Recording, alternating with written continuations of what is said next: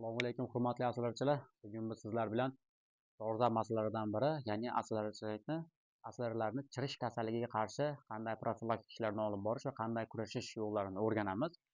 Chirish kasalligi nima? Chirish kasalligi qanday vujudga keladi?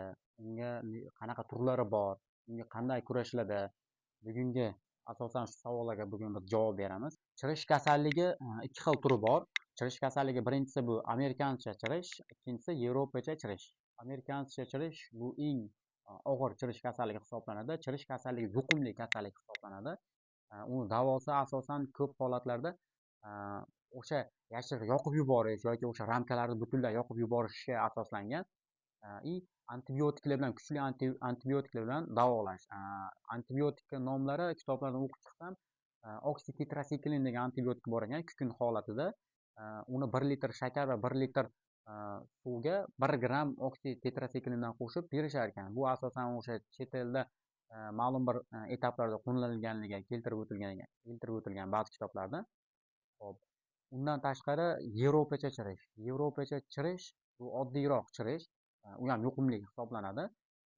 Uni asosiy belgilaridan biri lichinkalari nobud bo'lishi, ya'ni katta va kichik lichinkalari nobud bo'lishi. U asosan yumaloq, ya'ni bukilgan holatda o'lib qolishlari va uni oxir oqibat o'lgan lichinkalar yacheykalar ichida qora rangga kirib qotib qolishi alomatlardan biri hisoblanadi. Endi chirish kasalligi asosan nimadan kelib chiqishi mumkin degan savolga javob beramiz. Chirish kasalligi asosan bu shamollashdan kelib chiqadi, ya'ni lichinkalarni shamollashi. Bu shamollashga nima sabab bo'lishi mumkin? Biz bilamizki, bahor va kuz mavsumlarida yog'ingarchilik mavsumlari bo'ladi.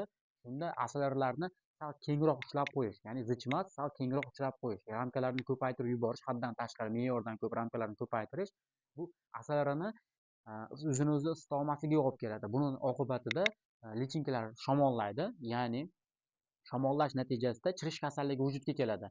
Masalan, klub ichida asalari o'zini isitish uchun bir joyga to'planishni boshlaydi sovuq tushganda. Bunda chekka qismlardagi lichinkalar isita olmaganligi sababli ular sovqotadi. Sovqotish natijasida ular nobud bo'ladi.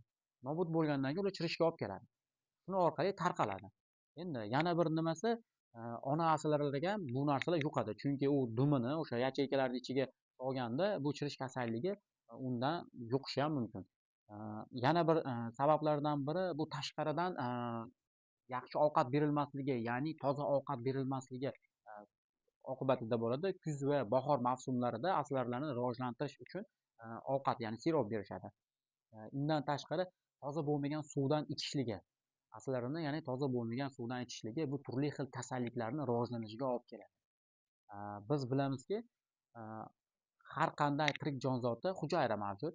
Mana asosiy hujayra insoniyatda, ya'ni butun tirik jonzotda kasalliklarga kurashuvchi tizim bu hujayra hisoblanadi. Hujayrani immun tizimini qancha rivojlantirsak, shuncha yaxshi kasalliklarga qarshi kurashadi.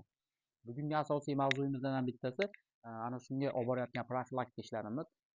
Bizni aslarlarimizda ham ma'lum bir kasalliklarga, chirish kasalligiga uchragan oilalarimiz bor edi. Ularni biz alohida karantinga oldik. Karantinga olgandan keyin birinchi profilaktika ishlarida chesnok bilan oddiy o'zimizni piyozni suvga damlagan holatda 1 litr iliq suv va 1 kilogramm shakarga qo'shilgan holatda berdik aslarlarimizga. Hozircha holatlari juda yaxshi. Keyingi videolarimizda Xudo xohlasa chirish kasalligi vujudga kelgan paytdagisi va undan keyin, ya'ni profilaktika ishlarimizni olib borganimizdan keyingi holatlarni ko'rsataman. Bu bo'yicha hozircha hech kimga tavsiya bermayman, chunki bu narsani o'zim to'liq sinovdan o'tkazyapman. Sinovdan o'tkazganimdan keyin Xudo xohlasa keyingi videoyimizda albatta hammaga tavsiyasini beraman. Imkon qadar effekt beradi degan umiddaman. Ikkinchi profilaktika ishlarimiz orada bundan yana berdik. Bu 3-marotaba berishimiz. Bu nima tarkibi? Buni tarkibi asosan kurkumadan iborat. Ya'ni bu sira kashni sotadigan joylarda, bozorlarda topsa bo'ladi istalgan joyda, va imbir, zanjabil derkan ko'p joyda, imbir va shakar, iliq suv.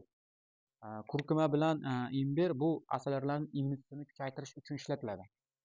Ya'ni asalarining immunitetini qancha rivojlantirsak, u shuncha kasalliklarga chidamli bo'ladi. Biz bor asalarini saqlab qolishga harakat qilishimiz kerak. Undan tashqari ona arini immunitetini kuchaytirishimiz kerak. Ya'ni u qancha yaxshi immunitetga ega bo'lsa, u shuncha yaxshi tuxum qo'yadi va shuncha yaxshi harakatlanadi.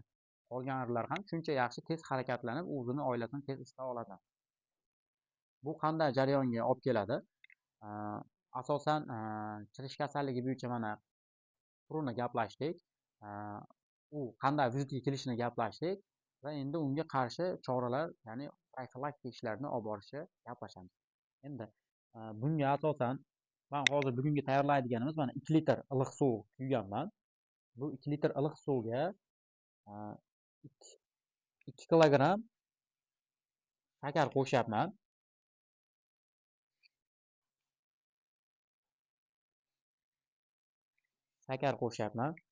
Hop, ba'zi bir kitoblarimizda o'qiganimizda endi 1 litr shakar va 1 litr suvga 1 osh qoshiqda, ya'ni 1 choy qoshiqda kurkuma bilan imbirdan qo'shishni aytishgan. Endi biz 2 kilogramm bo'lganligi uchun, endi ya'ni oilalarimizga berganimiz uchun 2 kilogramm shakarga 2 qoshiq, ya'ni imbir, 2 qoshiq imbir 2 qoshiq zanjabildan qo'shyapmiz? Kurkumadan qo'shyapmiz. Bu qolgan barcha aslarlar uchun ham beryapmiz, ya'ni kasallikka chalinmagan asarlar uchun ham. Endi buni yaxshilab aralashtiramiz. Qolgan asarlarga berishimizdan asosiy maqsad nimaga? Endi ularni ham immunitetini kuchaytirish. Hozirgi kunda yomg'ir mavsumi, ya'ni bu hafta ham yomg'ir degan. Undan tashqari yana bitta juda ko'p asalarichilikka ziyon yetkazadigan jonzot bu kapalak qurti. Kapalak qurti hozirgi kunda juda ko'pchilikka ham ziyon yetkazayotgan, ya'ni mum pardalarga tushadigan, ya'ni ramkalarga tushadigan kapalak qurti. Xudo xohlasa keyingi videolarimizda ham u kapalak qurtlariga qarshi qanday kurashish kerak, ramkalarni qanday saqlash kerak, shular to'g'risida ham gaplashamiz. Xo'p, buni yaxshilab aralashtirib bo'lganimizdan keyin marlida suzib olamiz. Ya'ni bunda ma'lum bir qurumlar qoladi. Buni suzib olganimizdan keyin aslarlarimizga berib chiqamiz. Holatda hozir bu 3-marta berishimiz. Xudo xohlasa keyingi safar chiqadigan videoyimda aslarlarni qay darajada effekt berganligi to'g'risida sizlarga ma'lumot beraman. Ya'ni olib borgan profilaktika ishlarimiz. Biz hech qanaqa antibiotikdan foydalanmadik. Faqatgina hamma narsani tabiiy usuldan foydalandik. Nima uchun degan savolga oddiy inson ham bitta antibiotik ichsa, ma'lum bir muddatdan keyin yana o'sha joyi og'risa, keyingi safar shu ichgan antibiotikni ichsa ta'sir qilmaydi. Undan kuchliroq doza qabul qilish kerak bo'ladi. Biz shuning uchun asarlarni antibiotikka o'rgatgandan ko'ra unga tabiiy holatda ozuqa bilan, ya'ni tabiiy dori darmon bilan berganimiz ma'qulroq deydi. Chunki juda ko'pchilik to'g'ri asalari 35 kun 40 kun 30 kun bilan 45 kun orasida yashab nobud bo'lishi mumkin, lekin ona ari ba'zilarida 2 yilgacha saqlanib qoladi. Biz asosan ona ariga juda kuchli e'tibor berishimiz kerak. Ona ari qancha zo'r, kuchli, tez tuxum qo'yadigan bo'lsa, shuncha tez aslarlar ko'payishni boshlaydi. Xo'p, videomiz yoqqan bo'lsa like tugmasini bosib qo'yishni unutmang. Kanalimizga a'zo bo'ling. Qanaqadir savollaringiz bo'ladigan bo'lsa, kommentariyada yozib qoldirishni unutmang. Keyingi videolarimizda kutib qolamiz.